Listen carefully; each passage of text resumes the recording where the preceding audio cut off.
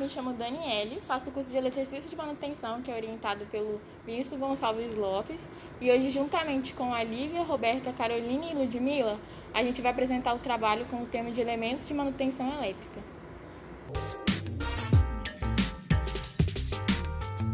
Existem diversas estruturas, instalações e equipamentos elétricos em empresas de todos os portes e segmentos. Para garantir que tudo funcione corretamente, a manutenção elétrica precisa estar em dia com a realização dos processos de forma adequada. É possível evitar acidentes, prevenir situações perigosas e garantir a proteção dos clientes e colaboradores do local. Imagine os potenciais riscos de acidente na ausência da manutenção, uma vez que a fiação pode estar sobrecarregada, por exemplo, gerando curto-circuito, causando choques e até mesmo incêndio. A importância da manutenção elétrica. Além de evitar situações perigosas, a manutenção também pode proporcionar conserto de pequenos defeitos antes que se tornem graves e o acompanhamento de desgastes dos aparelhos e a garantia de que todas as instalações estejam seguras e irão funcionar corretamente. Eu vou falar sobre a ABNT. A ABNT é uma Associação Brasileira de Normas Técnicas. Ela foi fundada em 1940, que é uma entidade brasileira privada sem fins lucrativos. É onde é aplicado. É aplicado em produção de teses, monografias e dissertações acadêmicas. E com o trabalho de conclusão de curso, TCC, que deve ser feito pela maioria dos alunos quando finalizam os cursos do ensino superior no Brasil. Não recebe recursos públicos do governo federal para o suporte do processo de elaboração de normas técnicas. A NBR 5410 foi elaborada pela ABNT, Associação Brasileira de Normas Técnicas. NBR significa Normas Brasileiras. Esta norma determina condições e regras para instalações de baixa tensão, até 1000 volts em tensão alternada e 15.000 volts em tensão ininterrupta no Brasil. Ela foi criada com a finalidade de garantir a segurança de pessoas e animais. A NBR 5410 não se aplica em instalações de tração elétrica de veículos automotores, de iluminação pública, de instalações elétricas de cercas eletrificadas, pois essas instalações exigem uma voltagem maior. Agora vamos ver onde ela é aplicada. A NBR 5410 ela é aplicada em instalações elétricas de residências, prédios, comércios, hortigranjeiro e etc. Bom, eu vou falar sobre planejamento e manutenção da instalação elétrica predial. A instalação elétrica predial, ela tem que ser funcional, mas também pode ser decorativa e contribuir para o meio ambiente. E para isso precisamos fazer um planejamento, que é uma preparação de um trabalho. E no caso da instalação elétrica, ela dimensiona os fios, os disjuntores, o dispositivo de proteção, aterramentos e entre muitos outros. Aqui está a Carol, que está preparando os fios que vão passar aqui. Aí, no caso do planejamento, você não compra nem a mais e nem a menos, aí não fica faltando. Por isso que eu preciso fazer uma planta baixa, que no caso é o planejamento do trabalho. E aqui está uma planta baixa preparada. Aqui só estão os fios condutores que vai passar. Por exemplo, aqui é fase e aqui é retorno. Aqui é neutro, fase e aterramento, entre muitos outros. Nas instalações prediais, o principal ponto de prevenção está relacionado à quantidade de carga na instalação. Quando uma casa é feita, sua instalação elétrica ela é feita para aguentar até certo tipo de carga elétrica. Com o passar do tempo, caso não haja uma boa regulamentação de uso, é possível que os equipamentos acabem ultrapassando a carga elétrica. E nesse caso, é um dos principais fatores que devem ser analisados na manutenção elétrica. Agora eu vou falar um pouco sobre as manutenções elétricas da parte industrial. Então, a manutenção elétrica industrial é uma construção de práticas e atividades que buscam zelar pelo bom funcionamento e sistemas maquinários e instalações elétricas dentro de uma organização de produção. Então, a manutenção elétrica industrial trata-se da área que cuida do monitoramento, revisão, prevenção e reparos em circuitos. E é responsável por garantir a segurança de todos que trabalham na indústria. Então, como fazer uma manutenção elétrica industrial eficiente? Primeira coisa, você tem que ter uma equipe especializada para a manutenção justamente ser eficiente. Segunda coisa, deve-se fazer inspeções visuais. Isso significa visualizar todos os equipamentos e ter profissionais vistoriando os setores e os maquinários. E terceira coisa, avaliar os sistemas maiores, porque muitas empresas deixam de vistoriá-los, seja pela acessibilidade ou dificuldade.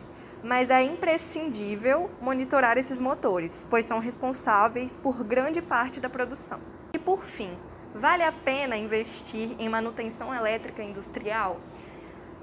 Então, o que acontece? Se você deseja manter sua linha de produção eficiente, segura e dentro de todos os padrões de cuidado, sim, vale a pena.